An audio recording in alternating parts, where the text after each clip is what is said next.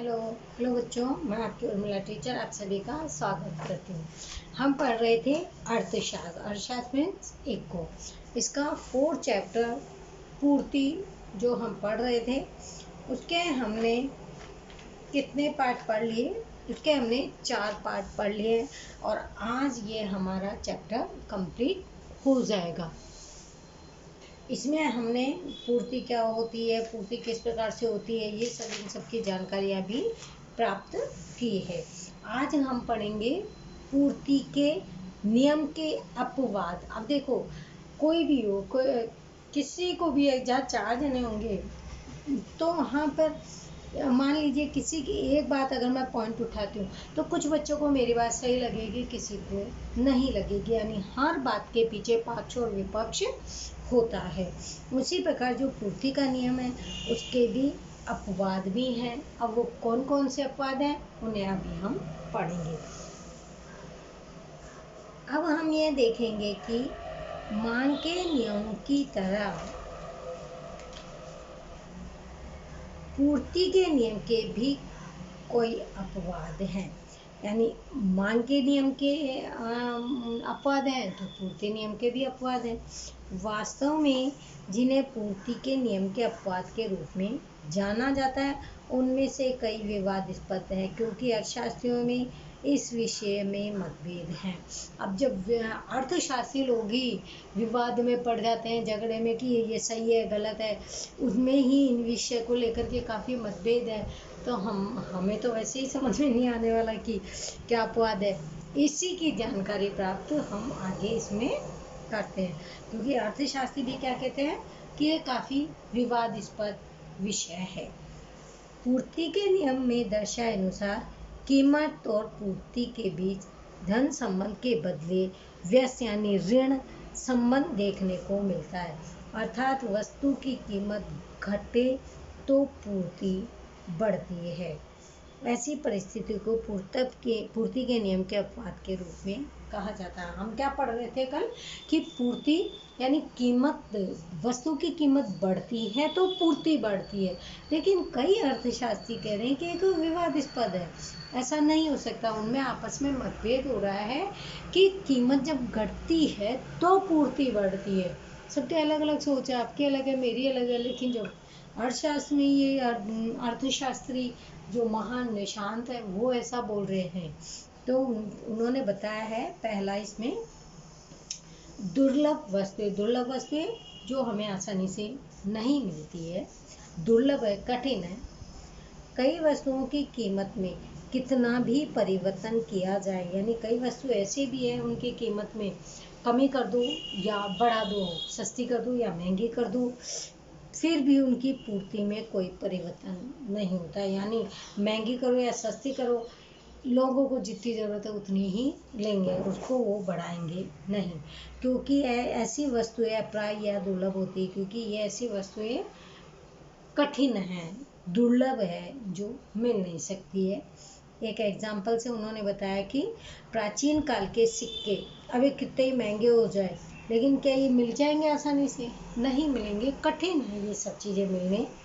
कलाकृति, अब ये पुरानी जो कलाकृति है वो हमारे पास कहाँ से आएगी? ये मिलना कठिन है, कितनी महंगी करो चाहे सस्ती करो कोई फ़र्क नहीं पड़ेगा। यानी कि सस्ती कर देंगे तो भी हमें ये कहाँ मिल जाएगी। प्राचीन पुस्तक के मूल हस्तप्रति यानी पुरानी जो किताबें थी उसको जो हाथ से लिखी हुई है वो भी हमें कहाँ मिलेंगी। अगर सस्ती भी कर दोगे तो भी हम उनको खोज नहीं सकते हैं। प्राचीन मूर्तियाँ इत्यादि की कीमत बढ़ने के बावजूद इन वस्तु की पूर्ति में बढ़ोतरी संभव नहीं हो सकती है। अगर मान लीजिए इनकी कीमत को बढ़ा भी दिया जाए तो भी ये इनकी वस्तुओं की पूर्ति में बढ़ोतरी नहीं होगी। क्या करेंगे लोग ले लेके? कुछ तो लोग लेंगे ही नहीं, बोले तो फालतू की चीज़ें, यानी पूर्ति में कोई परिवर्तन नहीं होगा। वास्तव में दुर्लभ वस्तु का उत्पादन संभव भी नहीं है। जो ऐसी वस्तु, अब क्या इनको उत्पादन करेंगे? ये तो उत्पादन करने लायक भी नहीं है, पुराने सिक्के का दोबारा से उत्पादन नहीं होगा। या ऐसी दुर्लभ वस्तुएं मिल गई, नहीं मिली, इसीलिए उनकी पूर्ति बढ़ाई नहीं जा सकती, क्योंकि इनका उत्पादन संभव ही नहीं है कि उत्पादन करके लोगों की पूर्ति बढ़ाई जाए। इसीलिए इनकी पूर्ति बढ़ाई नहीं जा सकती, इसीलिए वह पूर्ति के नियम का अपवाद भी नहीं माना जाता। यानी पूर्ति का नियम का अपवाद कब होता है? जो ऐसी वस्तु जिनका उत्पादन आराम से किया जा सकता है, इजीली किया जा सकता है। इन वस्तुओं का उत्पादन संभव नहीं है, इसलिए ये इसको अपवाद भी नहीं कह सकते। ये थी दुर्लभ वस्तुएं। दूसरा है नाशवान वस्तुएं, जो खत्म हो जाती है, नष्ट हो जाती है। जैसे उदाहरण, दूध और दूध से बनी चीजें, हरी सब्जियां, मांस, अंडा, मछली, पके हुए फल, जो फल वगैरह हम लाते हैं दूसरे दिन कैसे हो जाते हैं, खाने योग्य भी नहीं रहते। दूध को ला करके रख दो, दूसरे दिन दूध फट जाएगा। दूध से बनी हुई चीजें यानी मिठाइयाँ वगैरह, पनीर वगैरह ला के रखो, फ्रीज में भी रखोगे तो 4-5 दिन से ज़्यादा नहीं रख सकते, उसके बाद वो खराब हो जाता है, यानी टेस्ट में परिवर्तन आ जाता है। तो भी इन वस्तुओं की पूर्ति घटती नहीं है। क्यों नहीं घटती इन वस्तुओं की पूर्ति? क्योंकि ये रोजमर्रा के जीवन में काम आने वाली वस्तुएं हैं, जिन्हें लोग इकट्ठा भी नहीं कर सकते हैं, क्योंकि ऐसे वस्तुओं का संग्रह संभव नहीं है। लोग इनको रख के क्या करेंगे? उत्पादक रख के क्या करेगा? वो तो दूसरे दिन तो खराब होने वाले, इसीलिए इनकी रखना संभव नहीं है, यानी पूर्ति इनकी घटती भी नहीं है। वस्तुओं के भाव बढ़े घटे फिर भी पूर्ति में कोई परिवर्तन नहीं होता। मान लीजिए भी लॉकडाउन था, सारे कितने जी लोगों के पास पैसे भी नहीं थे, कई जगह महंगे भी हुए, फिर भी लोगों ने, जिसको चाय की आदत है, जिसको खाने पीने में चाहिए, तो ये सब सब्जियां वगैरह, मछली, मांस, अंडा, फल फ्रूट, अब चाहे महंगे हो चाहे सस्ते हो, ये लोगों के जीवन के लिए आवश्यक है, इसीलिए इन्हें इनकी पूर्ति में भी कोई परिवर्तन नहीं होता है। वस्तु की कीमत, अब पढ़ेंगे बाजार में वस्तु की कीमत का निर्धारण, यानी बाजार में जो वस्तुएं हैं, उत्पादित करके जो वस्तुएं हैं, उनकी कीमत का निर्धारण किस प्रकार से किया जाता है। कीमत निर्धारण अर्थात बाजार में क्रय विक्रय होने वाली चीज वस्तुओं के भाव किस प्रकार निर्धारित होते हैं। जैसे हमने कोई उत्पादन कर लिया, अब वो बेचने के लिए कहाँ आएगा? बाजार में। तो उसमें जो खरीदने और बेचने वाली जो चीज वस्तु है, उनके भाव को, यानी उनकी कीमत किस प्रकार से निर्धारित की जाती है, उसकी समझ। वस्तु और सेवा की कीमत वस्तु की मांग और पूर्ति को असर करने वाले परिबलों पर निर्धारित होती है। यानी वस्तु की मांग और परिवर्तन, यानी कितने पैसे आपने उसमें खर्चा किया है, किस प्रकार से किया है, ये डिपेंड करता है। अब उसके अनुसार ही आप उस वस्तु को उसकी कीमत लगा करके बेचोगे। फिर मार्केट में वो कितनी निकल रही है, उसके द्वारा भी वस्तुओं की कीमत को निर्धारित किया जाता है, जिसे कीमत निर्धारण की प्रक्रिया कहते हैं। ये कीमत इस प्रकार से भी निर्धारित की जाती है कि वस्तु बाजार में वस्तुओं की कितनी मांग और पूर्ति संभव है। पूर्ण स्पर्धा की स्थिति को ध्यान में रखकर हम बाजार में कीमत निर्धारण की प्रक्रिया को समझेंगे। वस्तु की मांग और पूर्ति तथा उसकी अंतर क्रिया किस प्रकार वस्तु की कीमत का निर्धारण करते हैं, यह आकृति की मदद से समझा जाता है। आकृति की मदद से क्या कि एकदम से आसान तरीका हो जाता है, जिसे हम समझ लेते हैं। प्रत्येक अर्थतंत्र में कमी की समस्या होती है। वस्तुओं के उत्पादन में उपयोग में लिए जाने वाले साधन की कमी होती है और वे वैकल्पिक उपयोग वाले होने के कारण उसमें से पसंदगी करनी पड़ती है। यानी कौन सा साधन ऐसा ले जिससे कि अधिक से अधिक उत्पादन किया जा सके।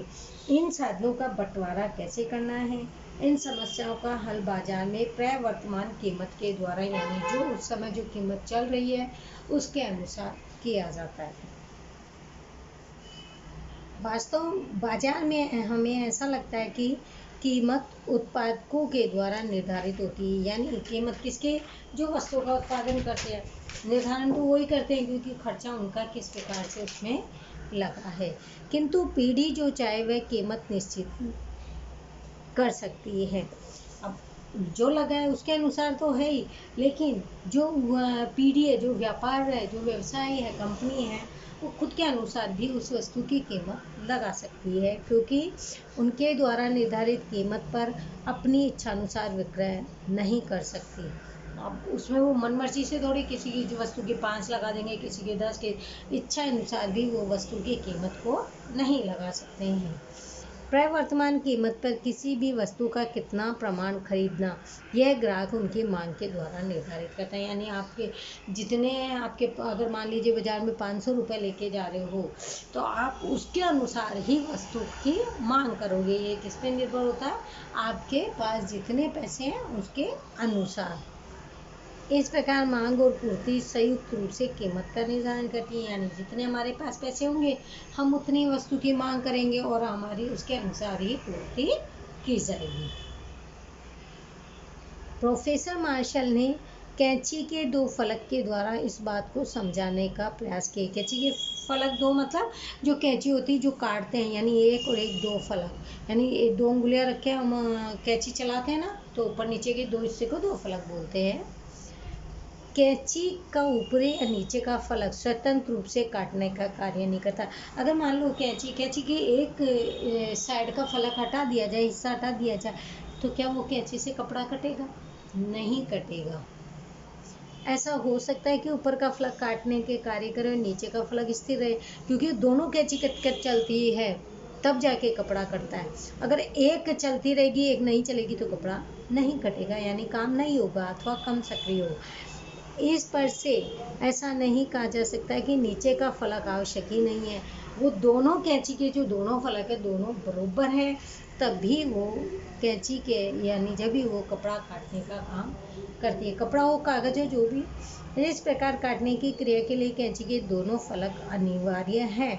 उसी प्रकार से कीमत निर्धारण के लिए मांग और पूर्ति दोनों अनिवार्य है। यानी जिस प्रकार से इन्होंने एग्जाम्पल बहुत अच्छा दिया है, कैंची का दिया है कि कैंची कैसे आप कैंची को काम में क्यों लेते हो? कपड़ा वगैरह काटने के लिए या कागज या जो भी काम में लेते हो, लेकिन उसके दोनों फलक चलते हैं। अगर एक खराब हो जाए तो वो हमारी कैंची खराब हो जाएगी। उसी प्रकार से मांग और पूर्ति किस पर निर्धारित होगी? कीमत पर। अगर कीमत कम है तो मांग ज़्यादा होगी, लोगों की पूर्ति अधिक होगी, और कीमत अगर कम है तो लोगों की कीमत ज़्यादा है तो लोग ज़्यादा कम वस्तु खरीदेंगे, और कीमत कम है तो अधिक से अधिक वस्तु खरीदकर अपनी पूर्ति करेंगे। किसी निश्चित कीमत पर बाजार में वस्तु की कुल मांग और कुल पूर्ति समान हो, यानी दोनों चीज़ें बराबर हों। अगर कीमत सही है तो उसमें लोग जितनी मांग कर रहे हैं लोगों की पूर्ति हो रही है, तो समतुल्य की स्थिति में का निर्माण होता है। यानी समतुल्य यानी दोनों चीज़ें समान रूप से है। कौन सी? मांग और पूर्ति किस पर निर्धारित होती है? कीमत पर। है समतुल्य यानी दोनों बराबर है, तुलना बराबर है, जैसे समतुल्य ना तोल बराबर, वैसे किसी निश्चित समय में निश्चित परिस्थितियाँ प्राप्त होती है। समय और परिस्थिति में बदलाव आने से उसमें विशेष विक्षेप पड़ता है। यानी जैसे समय के अनुसार किसी भी एक चीज़ में परिवर्तन हुआ उनमें विक्षेप हो गया। अंतर क्रिया के अंत में कुछ समय के बाद पुनः समतुल्य स्थापित हो जाती है। यानी कुछ समय ऊपर नीचे होने के बाद जैसे महंगी हो गई, वो लोग नहीं खरीद रहे, तो क्या किया जाता है? वस्तुओं को सस्ती किया जाता है ताकि वो समतुल्य आपस में बैठ जाए। इस प्रकार समतुल्य एक ऐसी परिस्थिति है जिसमें दी गई समय अवधि में परिवर्तन होने का रुझान नहीं होता, यानी समय के अनुसार उसमें ऐसे फेरबदल नहीं किया जा सकता। इसे हम एक एग्जाम्पल के द्वारा समझेंगे ताकि काफ़ी अच्छे से समझ में आ जाएगा। क्या बाजार में वस्तु की कीमत का निर्धारण किस प्रकार से होता है, इसे हम एक आकृति की मदद से समझेंगे। मांग पूर्ति की काल्पनिक ये कल्पना है, ये ऐसा नहीं है कि जब कहीं पे ऐसा हुआ होगा, ये नहीं, ये कल्पना है सिर्फ। मान लीजिए वस्तु की कीमत 10 रुपये है, तो वस्तु की मांग कितनी हो रही है? 1000 किलोग्राम में मांग हो रही है, लेकिन पूर्ति कितने की हो रही है? सिर्फ 200 किलो की ही पूर्ति हो रही है, क्योंकि क्या है, मांग तो इतनी है लेकिन पूर्ति की वस्तु कीमत हो रही है, वो लोगों की पूर्ति कितनी हो रही है? वस्तु की पूर्ति यानी वस्तु इतनी है, मांग होने से क्या होता है? पूर्ति इतनी है, यानी उनके पास वस्तुएं इतनी है, तो वो कितने कर रहे हैं? 200 की। फिर मान लीजिए कीमत बढ़कर के 20 हो जाती है। अब वस्तु की मांग देखो कम हुई ना, पहले 1000 थी, अब हो गई 800।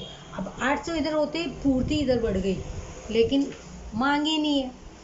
फिर कीमत बढ़कर के 30 रुपये हो गई, अब 30 हो गई तो मांग और कम हो गई, 600 गई। अब पूर्ति कितनी है, 600 की पूर्ति कर सकते हैं, यानी पूर्ति तो इतनी हो रही है लेकिन मांग कम हो रही है तो पूर्ति नहीं हो रही। फिर 40 हो गई, मान लीजिए और कीमत बढ़ गई तो इधर लोगों की मांग और कम हो गई, लोगों ने और अपनी मांग कम कर दी। अब इनके पास 800 की पूर्ति बच गई, क्योंकि इनके पास तो टोटल 1200, इतने पूर्ति ये कर सकते हैं लेकिन हो ही नहीं रही, क्योंकि कीमत धीरे धीरे बढ़े जा रही है, लोगों की मांग घटे जा रही है। फिर कीमत बढ़ कर के 50 रुपये हो जाती है तो लोगों की मांग और भी कम, यानी सिर्फ 200 किलो वस्तु यही खरीद पाने की मांग करते हैं और 1000 उनके पास पूर्ति करने की क्षमता होती है। इसे हम एक डायग्राम के माध्यम से समझते हैं। मैं ये डायग्राम जैसे समझा रही हूँ, आप लोगों को भी ये डायग्राम उसके अनुसार ही समझने के किस प्रकार से समझाया जा रहा है। हमें क्या करना है, ये हम कर रहे क्या है, वस्तु की मांग और पूर्ति के जो काल्पनिक अनुसूची वो बना रहे हैं। बाजार में जो वस्तु की कीमत निर्धारण जो की जा रही है उसकी आकृति के द्वारा। सबसे पहले हमें क्या करना है, इधर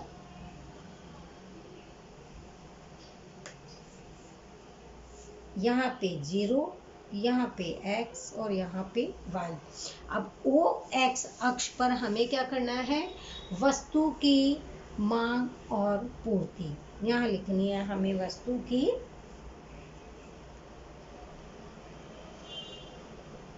मांग और पूर्ति, यानी एक ही में हमें दोनों के डायग्राम बनाने हैं। एक एक करके हम बनाते हैं इसमें अभी, मांग और पूर्ति। यह हमारा क्या है, हाईएस्ट 1000, तो हमें क्या करना है, 200, 400, 600, 800 और ये 1000। इधर हमारी क्या है, हाईएस्ट 50 है, तो हमें क्या करना है, 10, 20, 30, ये 40 और ये हमारी 50। अब इधर हमने क्या लिखा है, कीमत, वस्तु की कीमत हमारी आती है OY, यानी उधर रेखा यानी ऊंची रेखा, और OX क्षैतिज रेखा यानी नीचे की रेखा। इस पे हमको इनको दोनों को लिखना है। अब ये हमारी टेबल, ये क्या है, पहले हम करेंगे वस्तु की मांग वाला डायग्राम बनाते हैं पहले, बाद में हम वो करेंगे। मान लीजिए किसी वस्तु की कीमत 10 रुपये है। उस समय लोग काफ़ी सारे खरीदते हैं वस्तु, बहुत सारे, यानी 1000 लोग वस्तु की कीमत को खरीदते हैं, क्योंकि कीमत हमारी क्या है, कम है। फिर धीरे धीरे कीमत बढ़ कर के 20 होती है तो लोगों की मांग हमारी कम हो रही है। अब लोग हैं वस्तुओं को कम खरीद रहे, फिर मांग बढ़ कर के 30 हो गई, अब लोग और कम खरीदने लग गए। 600 किलो वस्तु ही निकलने लग गई, क्योंकि मांग तो बढ़ रही है। फिर 40 रुपए कीमत होती है तो लोग क्या कर रहे हैं, अब 400 किलो का सामान उनके पास से मांग हो रही है कि हमें तो इतना ही चाहिए, और कीमत हो गई बढ़ कर के 50 रुपये, तो लोगों की मांग हो गई 200। यानी इतना फर्क जब पड़ जाता है, किसमें, वस्तु जैसे जैसे महंगी हुई जा रही है, लोगों की मांग उस हिसाब से कम हो रही है। ये तो था हमारा वस्तु की मांग। अब पूर्ति का भी इसी में करेंगे हम। देखो, जब 10 रुपये की कीमत है उस समय पूर्ति सिर्फ कितने की हो रही थी, 20 की, 200 की। तो क्यों हो रही थी, क्योंकि मांग ज़्यादा है, पूर्ति कम हो पा रही है, यानी फर्क कितना है, कीमत का फर्क है। सस्ती वस्तु है तो सस्ती वस्तु होने के कारण कीमत में लोगों की मांग में परिवर्तन हो रहा है। फिर जैसे जैसे कीमत बढ़ने लगती है तो लोगों की मांग बढ़ने के कारण क्या हो रहा है, इसमें पूर्ति कम हो रही है।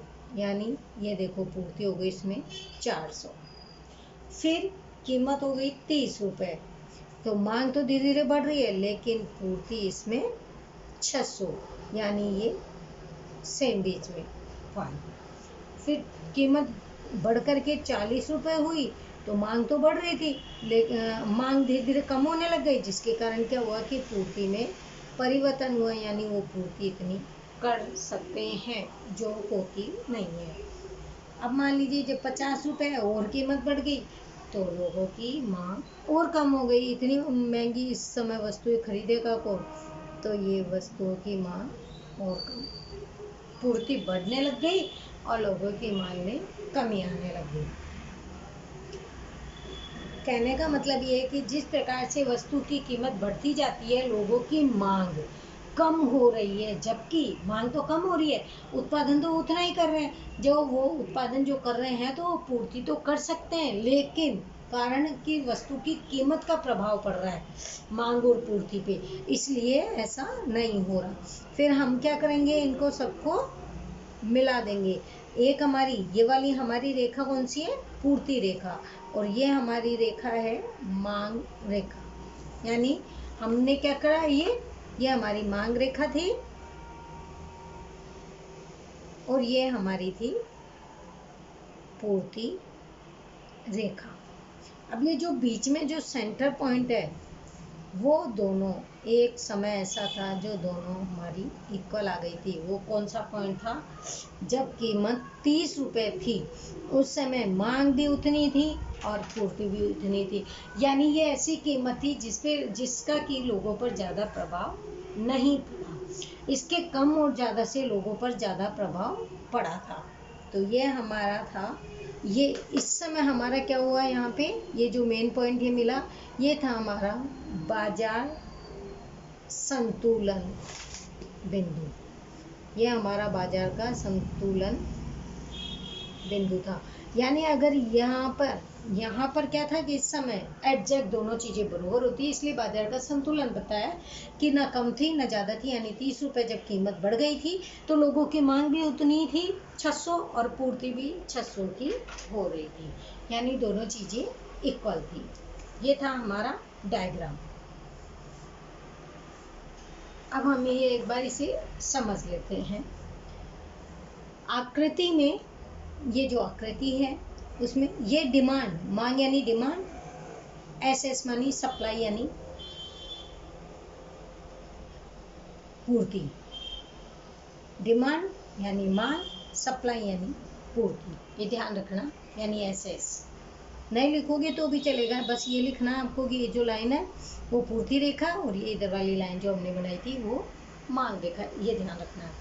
आकृति में डी वस्तु की मांग रेखा, ये डी वस्तु की मांग रेखा है और एसएस वस्तु की पूर्ति रेखा है, ये दोनों और ये दोनों एक दूसरे को कहाँ पर काटते हैं, ए बिंदु पर, यानी 30 रुपये जब कीमत होती है उसमें 600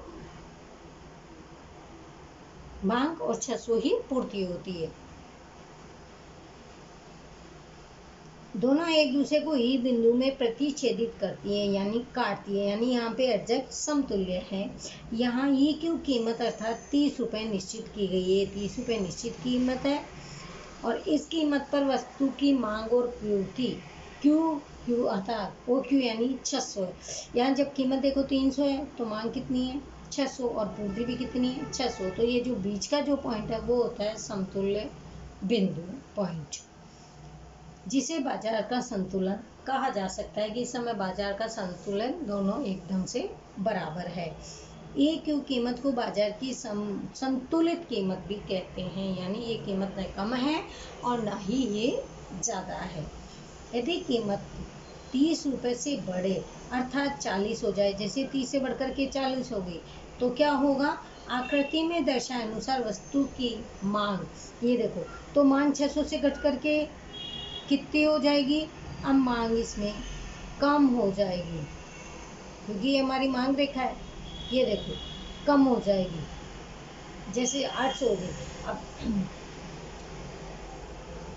यदि कीमत 30 रुपये है और कीमत अर्थात 40 हो जाए, ये बढ़ करके 40 हो गई मान लो, तो दर्शानुसार वस्तु की मांग पहले कितनी थी 600 थी, वो घट करके कितनी आ जाएगी 400, ये मांग क्योंकि कम हो रही है, जैसे जैसे पैसे बढ़ रहे हैं कीमत बढ़ रही है, लोगों की मांग कम हो रही है, यानी मांग कम हो जाएगी और पूर्ति क्या होगा, बढ़ जाएगी। यानी पूर्ति कितनी हो जाएगी, 800 हो जाएगी। मांग और पूर्ति के बीच ऐसी जितना अंतर दिखाई देता है, यानी काफ़ी सारा अंतर हो गया। यहाँ मांग की अपेक्षा पूर्ति बढ़ जाती है, क्योंकि लोगों की मांग, लोग मांग ही नहीं कर रहे हैं, वो पूर्ति करने के उनके पास उपयुक्त साधन है, उत्पादन है, वस्तुएं हैं बाजार में, लेकिन लोगों की मांग नहीं होने के कारण पूर्ति बढ़ रही है। परिणाम स्वरूप कीमत नीचे जाने का रुझान दिखाई पड़ता है। यानी उससे क्या होता है कि कीमत को कम करना ज़रूरी है। ठीक उसी प्रकार वस्तु की कीमत मान लीजिए 30 रुपये है, ये 30 है, जो घट करके 20 हो जाती है, ये अब कम हो गई, बढ़ गई, तब तो मांग भी कम हो गई, पूर्ति बढ़ गई। लेकिन कीमत घट करके 30 से कितनी हो जाती है, 20 हो जाती है, तो वस्तु की मांग कितनी हो जाती है, 20 होते ही वो बढ़ जाती है। यानी जहाँ वो 600 थी 30 रुपये में, अब वो जैसे 20 हुई, लोगों की मांग बढ़ गई, यानी 800 हो गई। तो उससे क्या होगा, फिर पूर्ति कम हो जाएगी, यानी पूर्ति 600 से 400 आ जाएगी, पूर्ति कम हो जाएगी, क्योंकि लोगों की मांग ज़्यादा हो रही है, सस्ती हो रही है वस्तुएं, इसलिए। जिससे मांग और पूर्ति के बीच बीडी जितना अंतर दिखाई देता है। यहाँ पूर्ति की अपेक्षा मांग बढ़ती है, क्योंकि वस्तुएं क्या हो रही है, वस्तु सस्ती हो रही है। परिणाम स्वरूप कीमत ऊपर जाने का रुझान दिखाई पड़ता है। यानी इस प्रकार जिस कीमत पर वस्तु की मांग और पूर्ति समान हो, यानी जहाँ पर मांग भी समान हो और पूर्ति भी समान हो, तो बाजार में संतुलित कीमत का निर्माण होता है। यानी ऐसी कीमत रखो जहाँ पर लोगों की मांग भी बराबर हो और लोगों की पूर्ति भी दोनों बराबर हो। ऐसी कीमत जो होती है वो होती है बाजार की संतुलित कीमत। इस प्रकार कीमत पर वस्तु की मांग और पूर्ति समान हो तो बाजार में संतुलित कीमत का निर्माण होता है। यानी दोनों कीमत कैसी हुई, संतुलित हुई, बराबर होती है। मांग या पूर्ति में जहाँ तक परिवर्तन न हो, अगर किसी चीज़ में भी कोई बदलाव नहीं होता है, तब यह कीमत लंबे समय तक बाजार में टिकती है। अगर मान लीजिए यही कीमत 30 रुपये रहती है और लोगों की मांग भी उतनी रहती है, पूर्ति भी उतनी रहती है, तो कीमत ना कम होएगी और ना ज़्यादा होएगी, क्योंकि कीमत क्या है कि वो काफ़ी समय से ऐसी बनी रही, ऐसी इसी कीमत पर वस्तुएं टिकी रहेगी, जिससे कि वो बाजार लंबे समय तक चले। कई बार क्या होता है कि जैसे जैसे सब्जियाँ कीमत का ऊपर नीचे फर्क पड़ता है, तो हम लेने जो जाते हैं वो भी छोड़ के आ जाता है कि लगता है कि तो महंगी है, रहने दो। और जैसे ही सस्ती होती है ना, तो हम एक के बजाय वो 2 वस्तुएं खरीदने की कोशिश में लग जाते हैं। तो अभी हमने ये पढ़ा, इसमें मांग और पूर्ति में जो बाजार संतुलन का बिंदु था वो पढ़ा।